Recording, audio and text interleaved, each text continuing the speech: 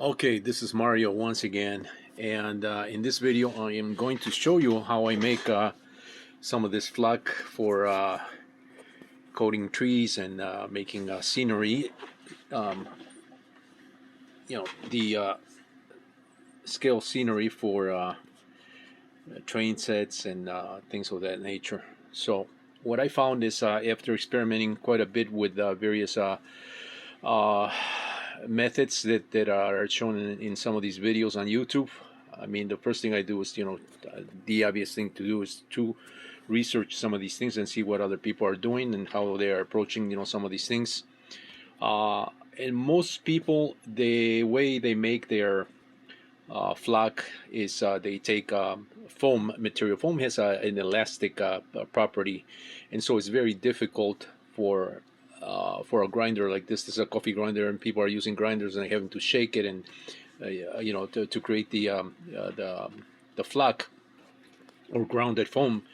And so I even have a sheet of foam there, that quarter-inch black or dark foam that I pulled out from an old chair, office chair that I kept for repurposing into other projects. I use some of that foam in making some of the flock that I show um, in my trees. These are the trees done with that material, that foam material. And so I was thinking, if I'm going to make something in large quantities, I need to speed up the process, because that was taking a little bit longer to create the raw material, the flock material. And so I remember I had a bag of this popcorn. This is stuff that you get for packaging products, and so I had a bag of this. So I figured, this is probably easier to do that.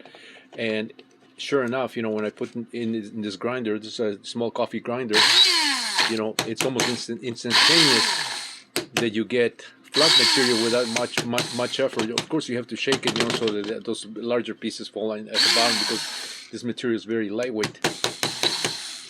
But after, you know,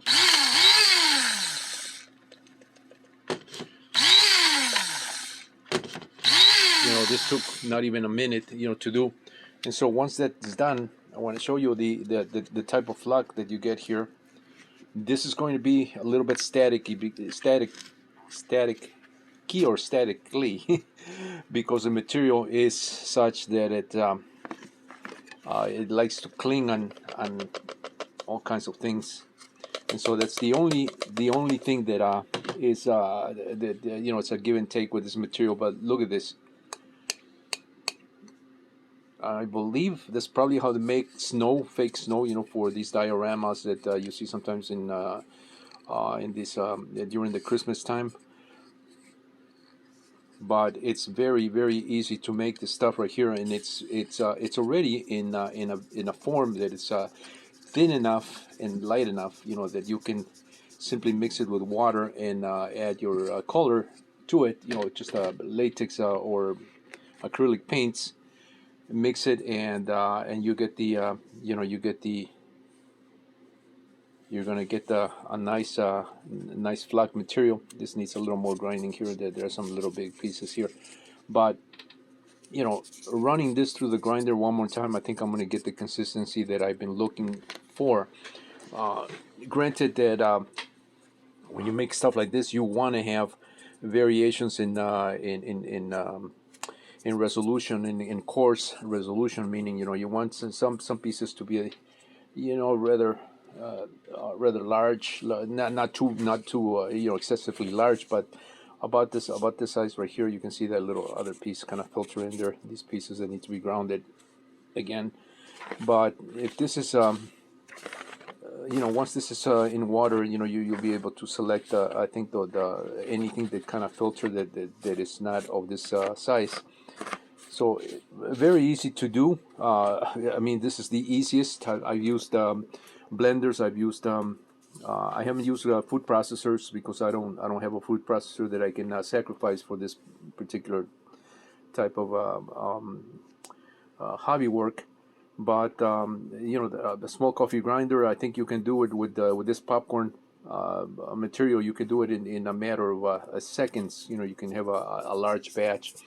I am still looking to do my own grinder because I don't want to use coffee grinders. I mean, that's something that can be easily done with just a DC motor in a large container with some kind of a spinning blade that also has some kind of a filter that's able to process, you know, the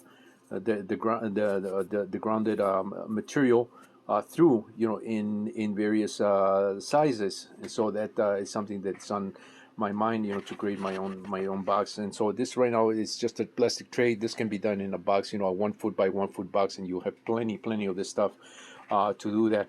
A paper shredder you would work. I have in the past repurposed paper shredders to when I used to do a lot of vacuum form canopies for my radio control little helicopters that I used to sell in kit form and in as upgrades.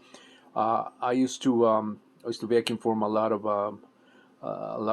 plastic, you know, and so a lot of plastic that I cut from those materials, you know, I either had to throw away, but you know, during those times, I remember recycling, and and in doing that, I repurposed one of the heavy-duty paper shredder, and that would shred the material, you know, to little tiny pieces.